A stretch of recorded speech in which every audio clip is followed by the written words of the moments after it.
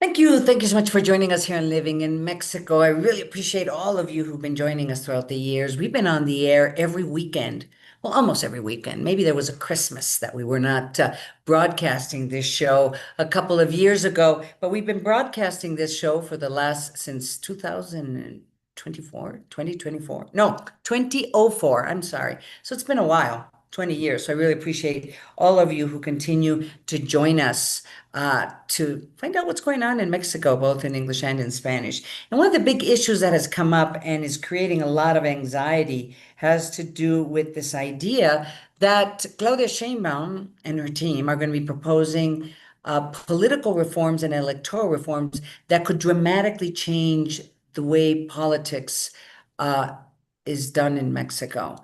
And it could affect Mexico's democracy. Joining us to just kind of give us a hint, or at least help us to try to understand what reforms they are proposing and who are proposing these reforms. Joining us once again is Carlos Ramirez. You all know him well. He's from Integralia. Carlos, welcome to the show.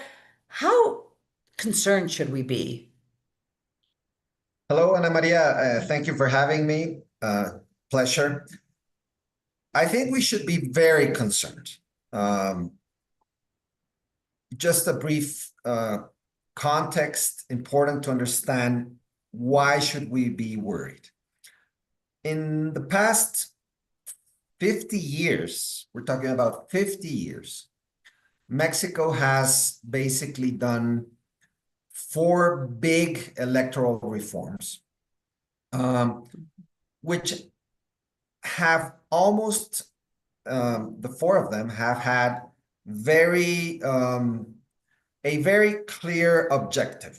The objective was in 1977, in 1994, no, 1996, 2007, and in 2013, those four electoral reforms were the intention of doing them was to open the political system, to broaden representation in the country, to create better incentives for political parties to participate in relatively similar terrain in terms of electoral issues. So that was the objective then. And three of those four proposals came basically from civil society or from opposition parties. Opposition parties asking for fairer rules to participate in the electoral process. The most famous electoral reform was in 1996 that basically opened the door for alternation in power in Mexico, in which basically 1997, the election was the PRI lost a majority in Congress and then the presidency. So now it is the government who is proposing the reform, dramatic change. It comes at a time where Morena has a constitutional majority, controls everything almost institutionally speaking in the country, and in which basically Morena has won the past two elections easily. So why would Morena want an electoral reform at this moment? And that is precisely the reason why we should be worried. The intention of doing an electoral reform at this time, it is not to open the system, it is to close it. And that is, I think, where we should focus and look at very carefully the proposal that eventually will come out of Morena. So some of the proposals that have been leaked or ideas that have been leaked include reducing the amount of money that the parties receive, which sounds like a good idea, by the way, but it would limit the possibility of these parties growing. Two is getting rid of plurinominales, and I guess we have to explain to our audience what plurinominales are. Um, what other, what other proposals are out there that we know of? Limiting the money to the National Electoral Institute to organize the That's election. true. Yeah. And changing basically the way the Electoral Institute operates, which, by the way, Mexico's Electoral Institute used to be, because it is no longer, by the way, used to be known in the world as one of the sharpest and best electoral institutes in the world. Very respected, very, Very very respected. respected. Yeah, yeah. But yeah, those three aspects, the one that has to do with public finances towards political parties, the second that has to do with public money, basically to organize the elections and the way the National Electoral Institute is composed and works on a daily basis.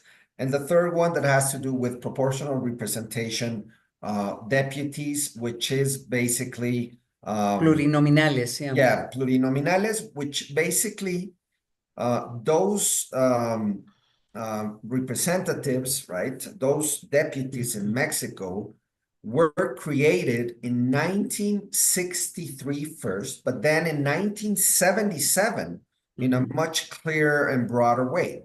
And the idea behind creating this deputies that do not go through normal voting process, they basically come to the chamber, are elected to the chamber through indirect votes, in the sense that according to the voting that each political party has in each election, each party receives a number of deputies depending on how many votes were basically given to each party.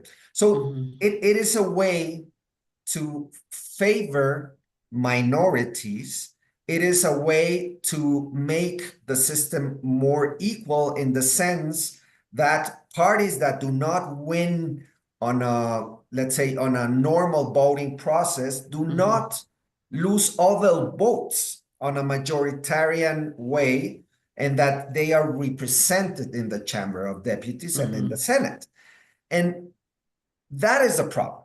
The three aspects that have been mentioned of this reform favor the majoritarian party. They clearly have an intention to favor the majoritarian party, which, by the way, is Morena, which, by the way, Ana Maria, was the party that fought the most in the past.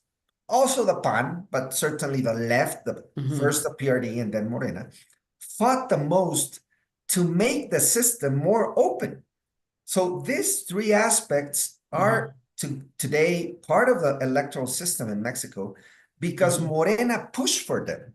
Yeah. So now, conveniently, now in power, now that they have almost control of all institutions, they want to change the rules that they pushed for. Well, wow, it is very frustrating. I'm running out of time. One last question. Do you think it's going to pass? And the reason that there'll be approval, and the reason why I'm asking you this is that there seems to have been a little bit of pushback from Morena, or at least some of the politicians within Morena, particularly that has to do with the plurinominales, these legislators that have been elected through this proportional system, and even the money situation, because some of the allies of Morena are like, wait, no, don't do that, because we're going to basically disappear if we don't have access to that money. Do you think, briefly, do you think it's going to pass? It's going to be approved? So basically, two of the three issues that we mentioned, which is financing and representation, proportional representation deputies, directly affect and have an impact on the two small allies of Morena, which are the Green Party and the Workers' Party, because both of them basically kill them. Without proportional representation deputies and without public financing to political parties, basically these two parties will disappear as well. So that is probably the paradox and the most interesting part of it, of this process. How will Morena handle the situation with its allies? I think it will eventually pass, unfortunately, Ana Maria. My forecast is that no one is going to stop this, because This is basically, Ana Maria, it's a Mhm. passport for Morena staying in power for many, many, many years in the future. Mhm. So they will offer something to the Green and and the Workers' Party in order Mhm. to calm them down, but they will probably water down a little bit their intentions. But unfortunately, I believe that at the end, this will be approved. And again, let us not forget, this is the passport for Morena staying in power probably decades.